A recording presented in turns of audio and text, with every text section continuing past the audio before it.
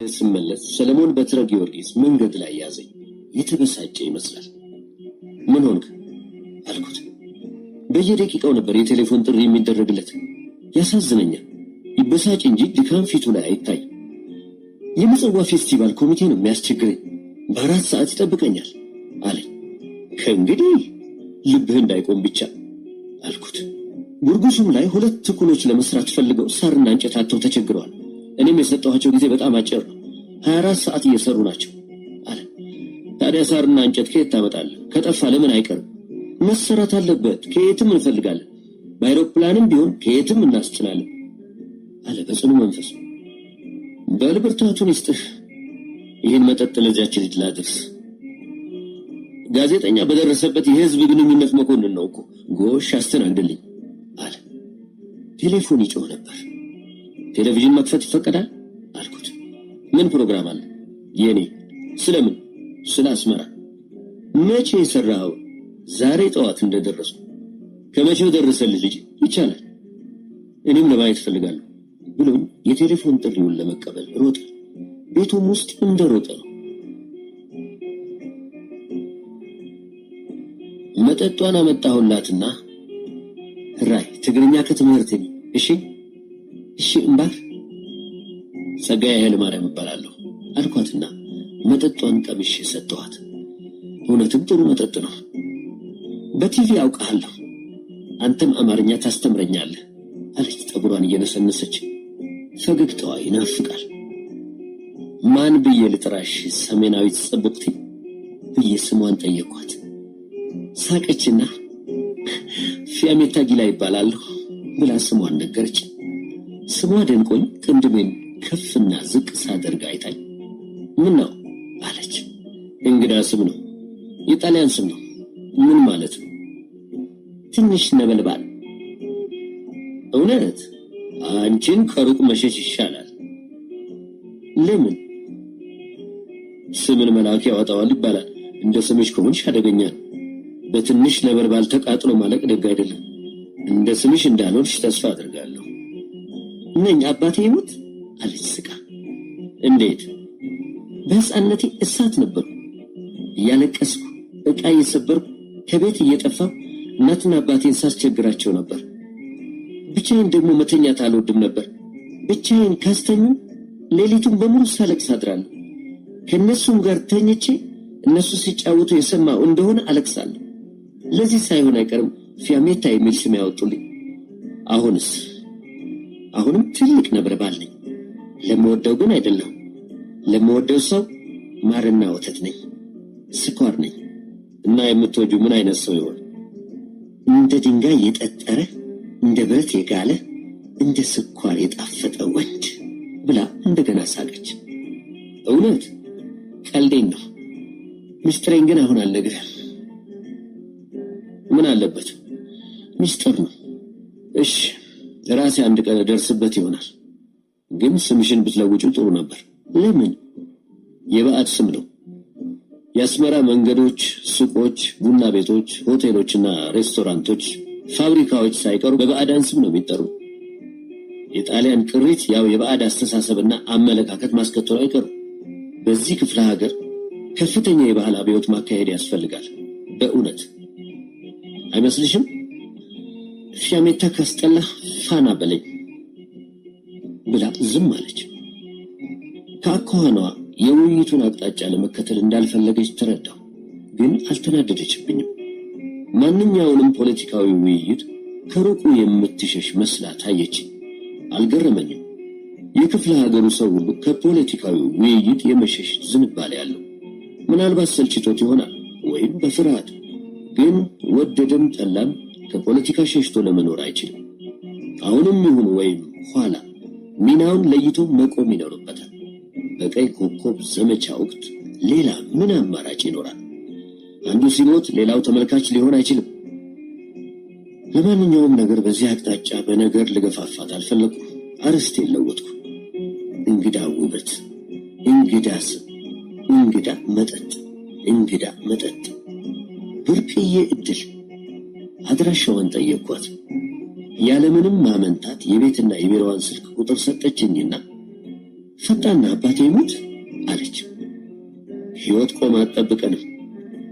የዚህ ግርግር አባል ነህ? እንግዳ ጥያቄ። ግርግር አልሽው? ታዲያ ምን ይባላል? ከተማው ፍጹም ተረብሿል በስነ ስርዓት ብላ ሌላ ጥያቄ ልታቀርብልኝ ስትል ስዕላይ ድምፁን ከፍ አድርጎ ፍትዊ ወዲ በርሄ ያደረገኝን ላሳያችሁ አለና ኮቱን አወለቀ። ክራቫቱን ፈታ። ሰደርያውንም አውልቆ ጣለ። ምን ሊያደርግ ይሆን በማለት ሁላችን ተንጋግተን ወደሱ ተጠጋን። ጭቅጭቅ ይዘው ነበር። የሸሚዙን ቁልፎች ፈቶ ሲያበቃ ሸሚዙን ወደ ላይ ገለበጠና ጀርባውን አሳየን። እብድ ያረሰው ማሳ ይመስላል። አለንጋው አጥንቱ ድረስ ዘልቆ አርሶታል። የእብድ እርሻ። ሸሚዙን ቆልፎ እያስተካከለ ጀርባዬ ላይ ያያችሁት ጠባሳ የጀብሃ ተራማጅነትና ሰብአዊነት ምልክት ነው አይደለም ወዲ በርሄ ብሎ ሰደርያውና ኮቱን ደርቦ ሲያበቃ ክራባቱን አጥልቆ እያስተካከለ ቆሞ ያስገረፈኝና የገረፈኝ ወዲ በርሄ ለምን ቢባል ጀብሃ ውስጥ ሰርጎ የገባ የኢትዮጵያና የሲአይኤ ወኪል ነው በማለት ባልሆንኩት ነገር እንደዚያ ስገረፍ ቁስሌ ላይ የፈላ ውሃ ሲፈስ አለቀስኩ፣ ጮክ። ኖ ዝም ብዬ ሞቴን ነበር የምመኘው። ለመሞት ብፈልግም አልሞትኩም። ለመሞት ፈልጋለሁ፣ አልሞትም። ከዚያን ቀን ጀምሮ ሞትን አልፈራ። ሞት ምንም እንዳይደለ ጀብሃ አስተምራኛለች። ፍትዌ ወዲ በርሄ ሳቀና እኔ ሆኜ ነው እንጂ መግደል ቀላል ነበር አለው።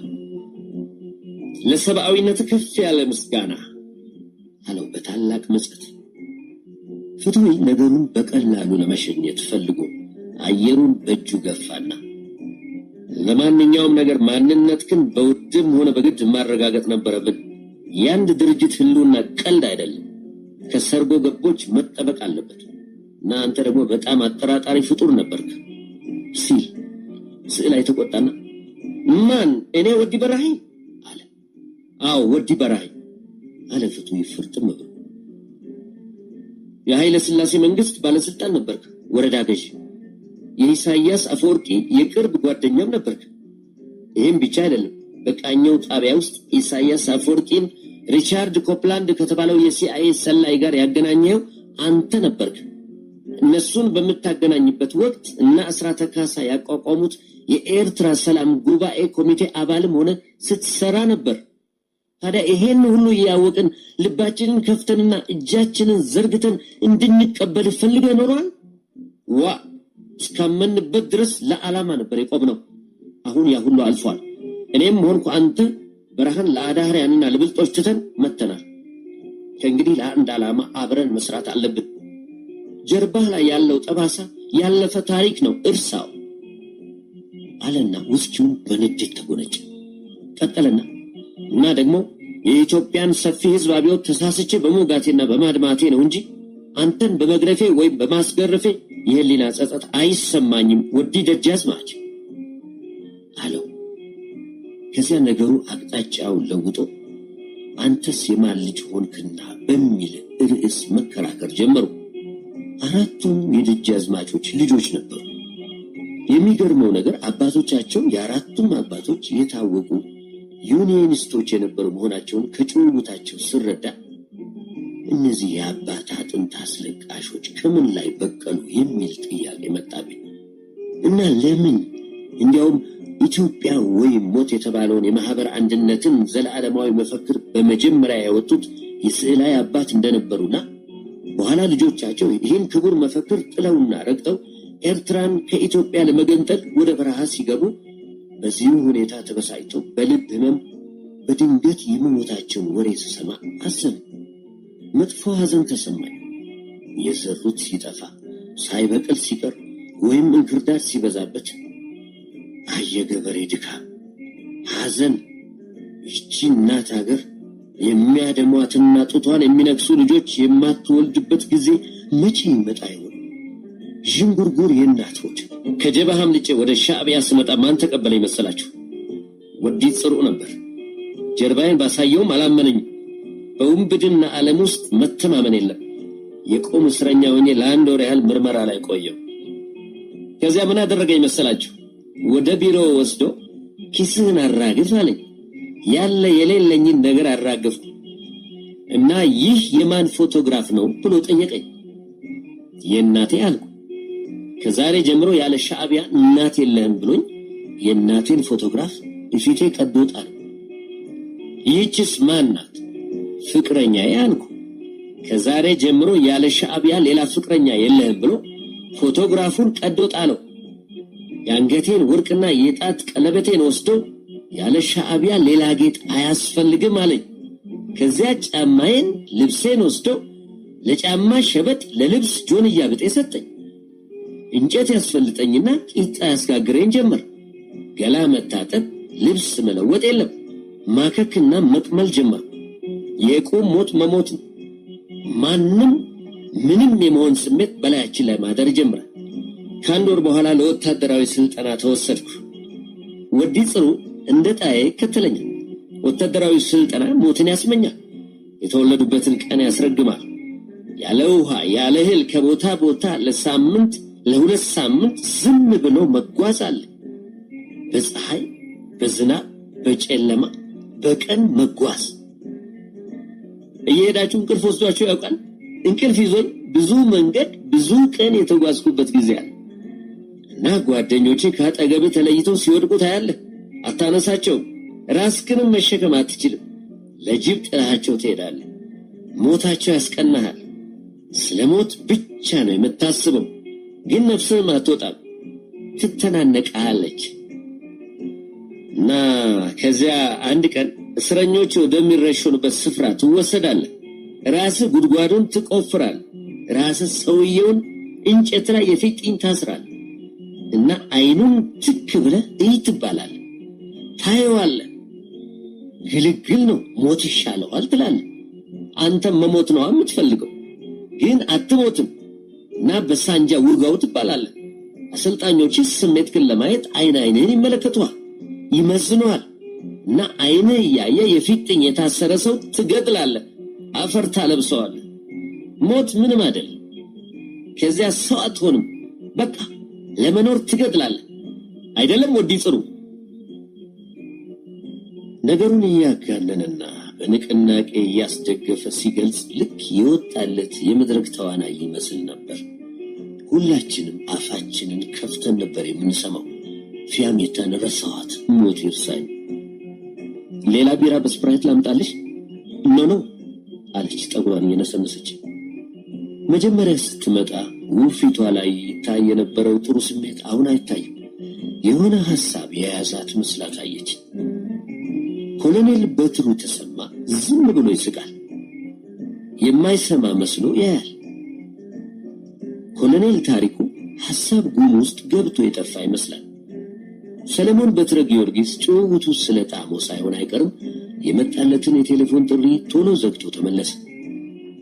ለምን መጣ ብሎ መጽሐፈ ዳንኤል ስዕላይን ጠየቀው። ጥያቄው ለምን መጣህ አይደለም፣ እንኳን መጣህ ማለት ነበረብህ አይመስልህም ወንድም? እንኳን በደህና መጣ፣ ግን ለምን መጣ አለው መልሶ። እንዴት ለምን መጣ ብሎ ጥያቄ አይገባኝ ማለቴ አለ መጽሐፍ። የሻዕቢያ ማዕከላዊ ኮሚቴ አባልና የሃላዋ ሰውራ ዋና ጸሐፊ ነበርክ። የደቀ መሐሪ አስተዳዳሪና የሻዕቢያ ደቡብ እዝ ኮሚሳርም ነበርክ። ትልቅ ቦታ ነበረ። በምን ምክንያት ለመመለስ በቃ ለማለት ነው። እንደሱ በለኝ ብሎ ጀመረ። እኔ ሻዕቢያን እንደ እናቴ ነበር የምወዳት። በዚህ የተነሳ በቅንነትና በታማኝነት አገልግያታለሁ፣ ደምቼላታለሁ። ግን በመጨረሻ አንድ ነገር ተገነዘብ። ለአጉል ትምክህት፣ ለጭፍን ዘረኛነት፣ ለስልጣንና ለርካሽ ጥቅም ካልሆነ በቀር የምንዋጋለትና የምንሞትለት ዓላማ ፍጹም የለንም። እኛ ከተቀረው የኢትዮጵያ ሕዝብ ልዩ ወይም የተሻለ የሚያደርገን አንድም ነገር የለም።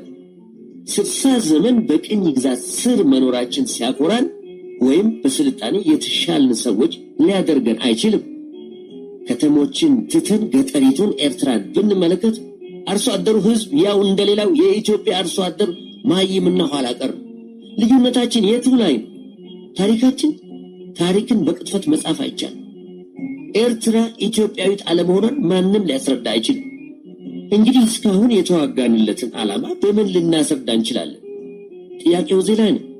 ኢትዮጵያ ኤርትራን የቅኝ ግዛት አደረገች እንላለን፣ ግን ይሄን ለማለት ምንም አይነት መሰረት የለንም። ይሄን በተጨባጭ ለማስረዳትና ለማሳመን እስካልቻልን ድረስ ዓላማ አለን ማለት ዘበት ነው። ይሄ ሻዕቢያና ተራማጅ የለም ጀብሃነች ተራማጅ የምንለውን ነገር ተው፣ ዋጋ የለው። እሱ የማወናበጃና የመለመኛ አቁማዳ ነው። ሻዕቢያና የጀብሃ ግጭት መነሻው አይዲዮሎጂ አይደለም፣ ሆኖም አያውቅም። ይሄን በሚገባ አውቃለሁ፣ ኖሬበታለሁ፣ ሰርቼበታለሁ።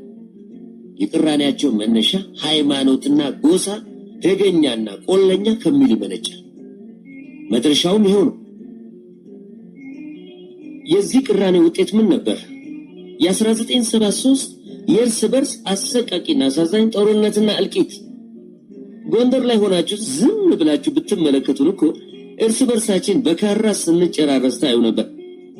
አባቴ ይሙት የኤርትራ ነጻነት የራስን እድል በራስ የመወሰን እያለ የምንጮህ እንደው በከንቱ ነው። ለየትኛው ብሔረሰብ? ለስራዬ፣ ለአካለ ጉዛይ፣ ለሐማሴ፣ ለባርካ፣ ለፀሐይ፣ ለደንካ ዋጋ ቢስ። አሁን ወዳጅ እንዲህ አይነት አስተሳሰብ ያለው ሰው ወይም እንዲህ አይነት አስተሳሰብ ላይ የደረሰ ሰው በወንበዴዎች ድርጅት ውስጥ ሊኖር አይችልም። ሐሳብህ ስራ ላይ፣ ጠባይ ላይ፣ ድርጊትህ ላይ ማንጸባረቅ ይጀምራል። አደገኛ ሁኔታ ላይ ትደርሳለህ።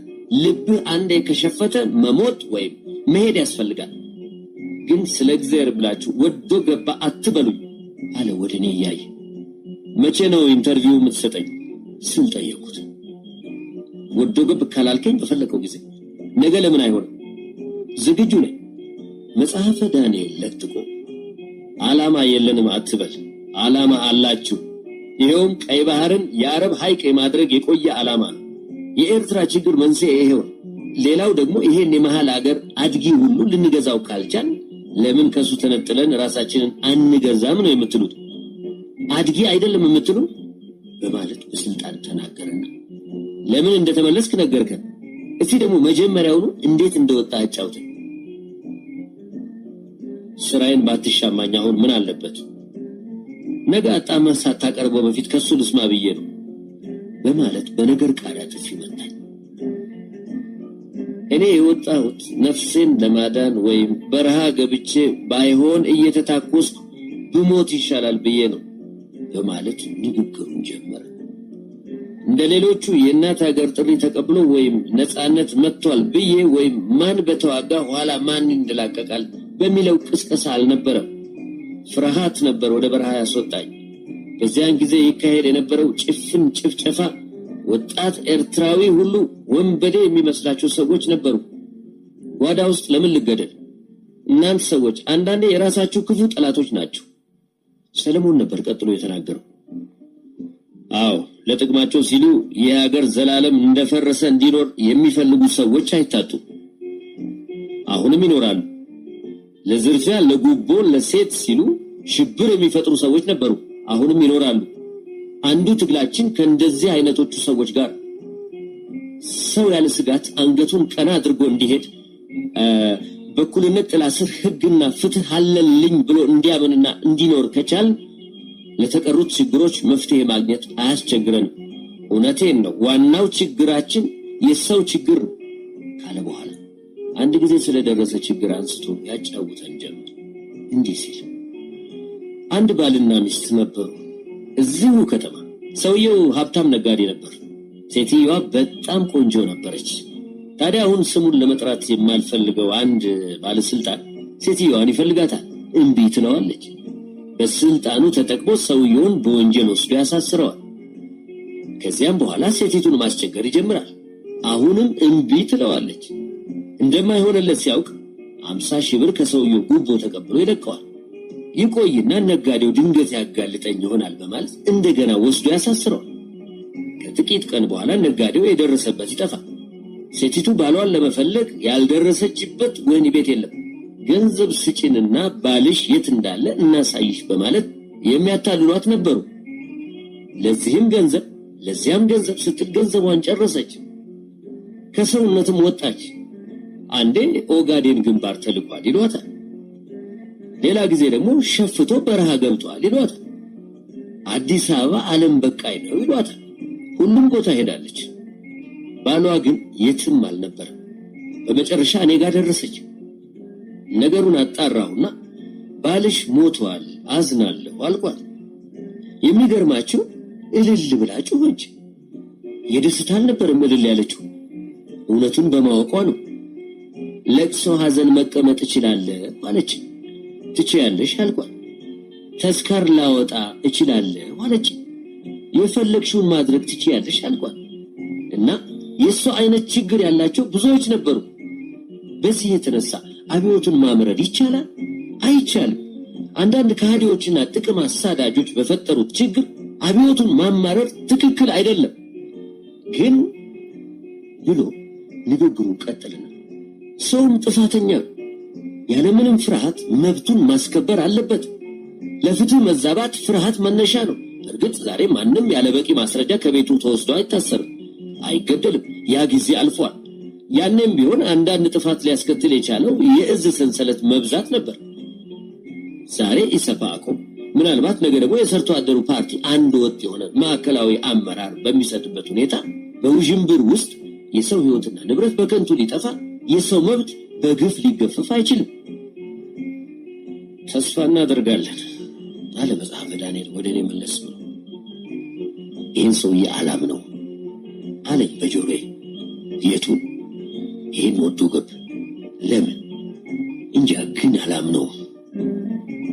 ተጠራጣሪ ተፈጥሮ ይሆናል እንዲህ የሚያሰኝ ሰውን ቀርቶ ጤንነት ከምን ትጠራጠራለህ? በነገራችን ላይ የደም ብዛት እንዴት ነው? ምሳ ላይ ሄጄ ተለክቼ ነበር እና ሰማይ ወጥቷል። ለምን ተወንጃል? አንዳንድ ኮሎኔሎች ይሄ አይቻልም፣ ይሄኛው እንኳን በ3 ቀን በ3 ሳምንትም ሊደርስ አይችልም ሲሏቸው እብድ የሚያክል ሽጉጥ አውጥተው ጠረጴዛ ላይ ፊትህ ያደርጉና ምን አልክ ይለዋል። እና ምን ታደርጋለህ? የደም ብዛት ሰማይ ይወጣል። ይሄ ዘመቻ ሳይገድለኝ ይቀራል ብለህ ነው?